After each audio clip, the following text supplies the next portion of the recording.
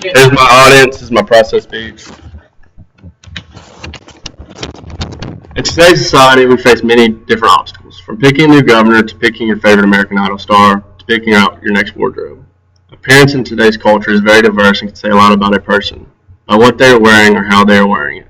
For example, a man is wearing jeans, sagging, not wearing a belt, nor pulled up to his waist, with a t-shirt on and a hat on sideways. Today's society is going to be perceived as an unprofessional person or a slob. That's why today I'll be demonstrating and teaching you on how to tie a half Windsor knot tie.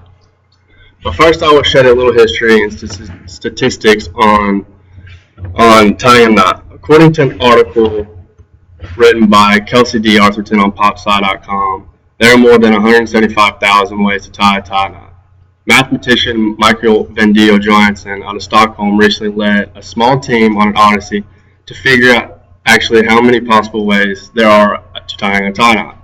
According to Michael Vendio Johansson, results say that there are 177,147 different ways to tie a tie knot, which this evidence joins and disproves Cambridge mathematician Young Mo and Thomas Flink's theory on thomasflinks.com, who arrived at 85 different possible ways of tying a necktie in 1999. That's 177,062 more ways of tying a knot. This evidence suggests is night and day compared to the original 85 ways. I will be demonstrating how to tie a half Windsor knot tie. Your tie should extend from the bottom of your belt buckle, tied not too short nor too long. It can give off an unprofessional look. The same goes for goofy tie designs. Stripes or polka dot ties provide the more professional impression.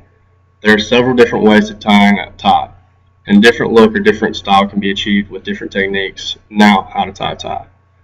Step 1. Start with the wide end of your necktie on the right, extending about 12 inches below the narrow end. Step 2. Cross the wide end over the narrow end. Step 3. Bring the wide end around and behind the narrow end. Step 4. Bring the wide end up. Step 5. Pull the wide end through and through the loop to the right. Step 6. Bring the wide end to the front over the narrow end, right to the left. Step 7. Again, bring the wide end up through the loop.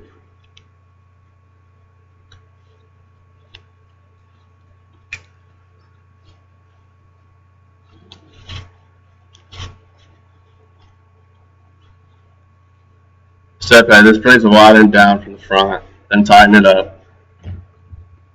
Using both hands, tighten up the knot carefully and draw it up to your collar until it's nice and stuck. This is how you tie a half Windsor knot tie. Also, to preserve the life and appearance of a tie, it should be undone and hung out to relax and let any wrinkles fall out after each wearing.